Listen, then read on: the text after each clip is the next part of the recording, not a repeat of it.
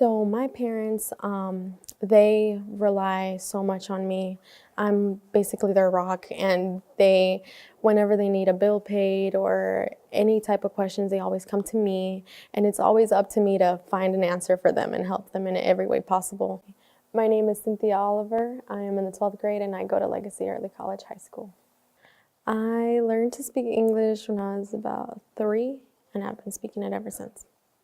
When I hear the word language barrier, I think of the inability to communicate with others simply because you don't understand what they're saying and you don't speak the same language. My name is Judith Setti. I'm a teacher at Legacy Early College High School. When I think of a language barrier, I'm thinking of something that separates human beings.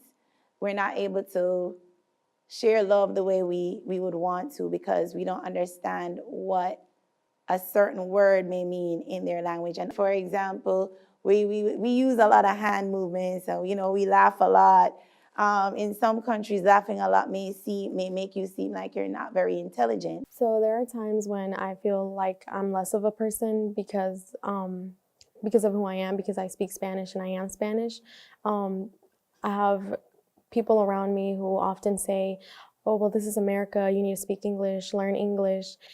Sometimes I also think that language may not be a barrier if we are open. Language is beyond what we speak. It's also our mentality, it's how we think.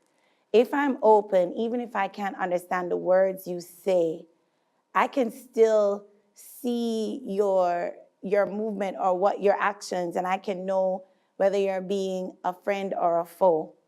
So I think a language barrier has a lot to do with perception. How you perceive me is how you will interpret what I'm saying. My name is Kimberly Castro. I attend Legacy Early College. I'm in 11th grade, and I live in Greenville, South Carolina. I was born here in the United States, and I learned both English and Spanish at the same time.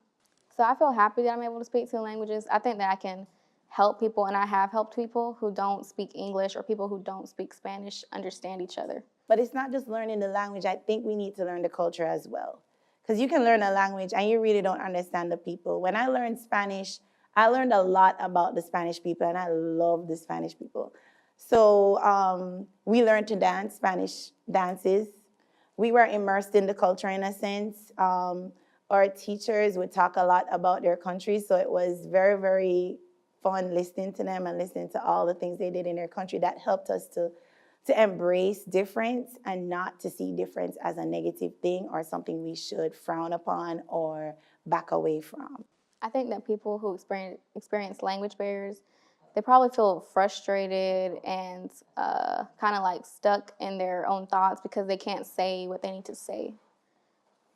So I think that just because parents may not be able to speak the common language, which is English here, I don't think that means that they don't give as much support to their child. I just think it causes complications, but I still think that they can equally support their child.